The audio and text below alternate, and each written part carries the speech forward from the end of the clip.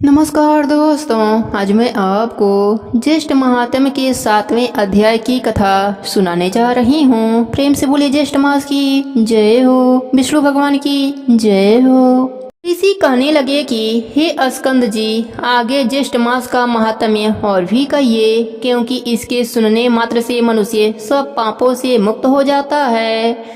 स्कंद जी कहने लगे कि इस मास में उपवास करने से भगवान विष्णु अत्यंत प्रसन्न होते हैं, इसलिए मास में उपवास व्रत को करना चाहिए, क्योंकि मासोपवास व्रत 1,00,000 उपवास के समान होता है। 1 मास प्रयत्न उपवास करना, प्रातः काल स्नान करना, जितेंद्रिय रहना अथवा कंदमूल फल खाकर रहना, पृथ्वी पर शयन करना, किसी का बुरा ना सोचना, नित्य शौच और आचार से युक्त रहना, सत्य वचन बोलना और प्रसन्न रहना चाहिए, अथवा कृष्ण पक्ष की एकम से लेकर त्रयोदशी प्रयत्न मदमोह आलस्य को त्याग कर व्रत करना चाहिए। पूजा स्थान में बैठकर व्रत करना चाहिए। त्रयोदशी के दिन मंगल स्नान करना चाहिए। पूजा स्थान में बैठकर पूरा वाचन कर देवताओं का अधिवासन कर स्वर्ण, चांदी, तांबा तथा मिट्टी का घट स्थापित कर उसमें पंचरत्न डालकर घट पर विष्णु भगवान की प्रतिमा स्थापित करें।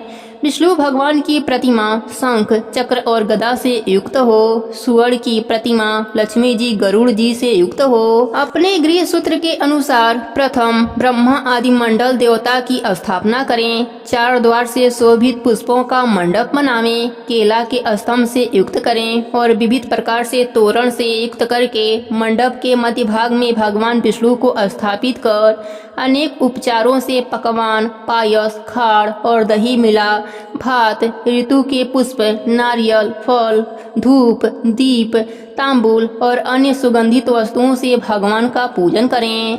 रात्रि को पुराणों की कथा श्रवण करें, जागरण करें और हरि के भक्तों से कीर्तन कराएं। गीत, वाद, बाजा, आवाज से आधी रात तक समय व्यतीत करें। प्रातः काल होने पर नदी में स्नान करें।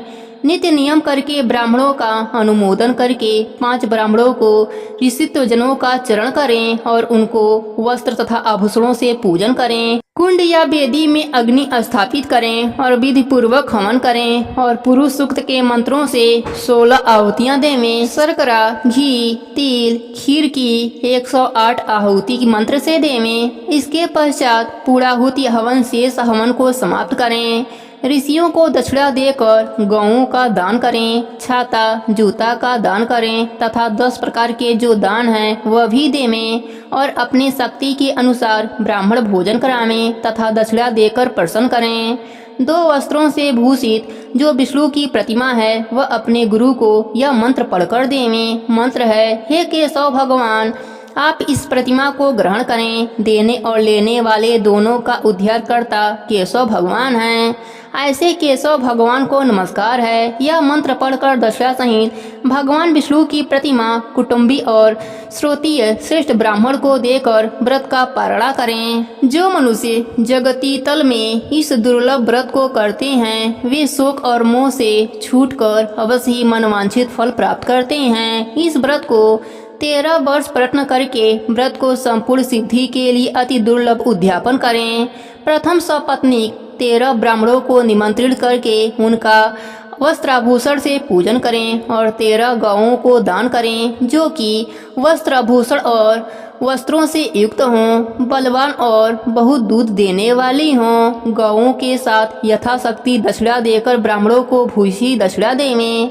अपनी प्रवृत्ति के अनुसार पूर्वोक्त हवन आदि कर्म करें। श्रेष्ठ विष्णु के व्रत में किसी प्रकार की कंजूसी न करें।